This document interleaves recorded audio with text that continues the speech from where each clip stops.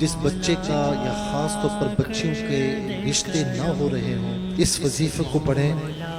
یہ سورہ فرقان کی آیت نمبر ہے 54. بسم اللہ الرحمن الرحیم. وَهُوَ الَّذِي خَلَقَ مِنَ الْمَاءِ بَشَرًا فَجَعَلَهُ نَسَبًا وَصِهْرًا وَكَانَ رَبُّكَ قَدِيرًا. ترجمہ یہ کہ اور وہی ہے جس نے پانی سے بشر کو پیدا فرمایا، پھر اس کے لیے نسب بنایا، سسرالی رشتہ دار بنائے، اور تمہارا رب بڑا قادر ہے. تو ایک وقت مقرر کر لیں کسی بھی نماز کے بعد، پھر روزانہ اسی نماز کے بعد ایک ہی متعینہ وقت میں اس آیت کریمہ کو 111 مرتبہ پڑھیں، اول آخر 3 بار درود شریف کے ساتھ، اور پڑھنے کے بعد اپنے بچوں اور بچیوں کے رشتوں کے لیے دعا بھی کریں. انشاءاللہ دنوں میں اللہ تعالیٰ ایسے اسباب پیدا فرمائے گا کہ اچھے رشتے انشاءاللہ ضرور عطا